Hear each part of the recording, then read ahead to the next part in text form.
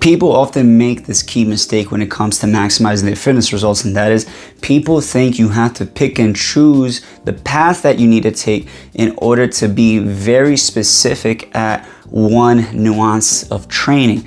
This couldn't be further from the truth. You simply need to put yourself in a position to where you have the fundamental understanding of what you need to do at the specific point of training that you're currently in.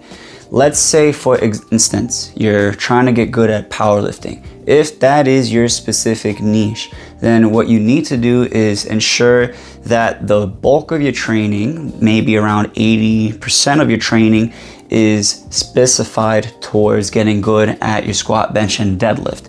Everything else around that can be used to help supplement your specific weak links within your powerlifting modalities, or this can also be used as a way to focus in on other training modalities and qualities that you also want to improve in tangent with your squat, bench, and deadlift. And then also making sure that along the way you are incorporating some form of conditioning work. An example of what this would look like is, let's say you spend anywhere from 4 to 8 weeks of focusing in on just simply progressively overloading your squat, bench, and deadlift.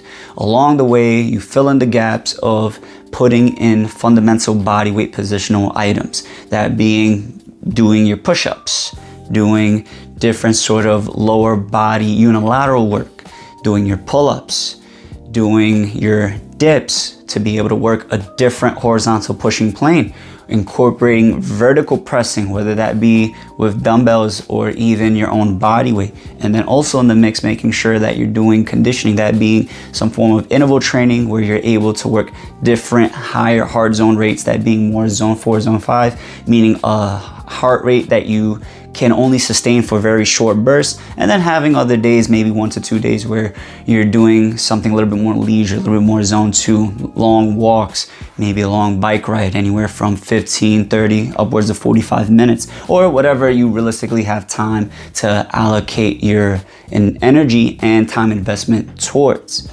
Now, let's say at the end of the block, you then decide to max out your squat, bench, and deadlift, and then you see that within maxing those out, you find sticking points. Let's say in your squat, you get stuck out of the bottom.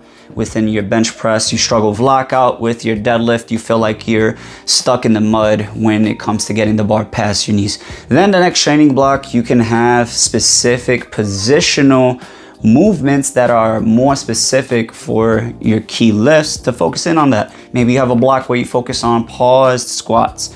You focus in on 1 1/4 bench press to really hammer the lockout, or you decide to hone more in on your weighted dips, and then you incorporate paused deadlifts, snatch grip deadlifts, and other deadlifts that are gonna help you specifically with improving your overall lockout strength. Now, let's say you don't want to focus on powerlifting, but you do enjoy powerlifting and you want to keep in your back pocket, and you're focused in on street lifting. With street lifting, you need to get good at your muscle ups, your pull-ups, your dips, and your barbell back squat. So now what you do is you completely flip the script. Have street lifting be your main point of focus. Most of your energy should be towards getting good at those 4 key lifts, and then you can supplement that in with powerlifting modalities and conditioning modalities, as I mentioned.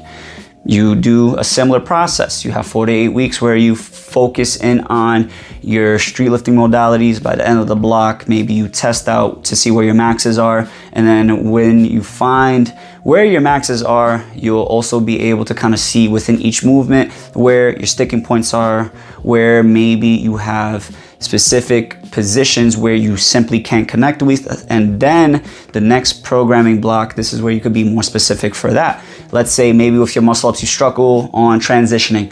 So now you focus in on doing specific movement drills to help with your muscle up transitions. Let's say with your pull-ups, you struggle to get your chin over the bar. So now you incorporate pin pull-ups at a specific height. Let's say with your dips, you struggle with stability. So now you're incorporating ring dips to improve your dip stability. And then let's say with your squats, being that they are interchangeable between streetlifting and powerlifting, You can simply see if maybe the specific sticking point you had before has improved, and or if you found a new type of position where you lack connection with, and then you incorporate a different modality.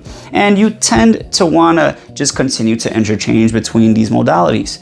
So remember, ultimately, when you're looking at the bigger picture of long-term programming, you don't have to be hyper specific with one thing.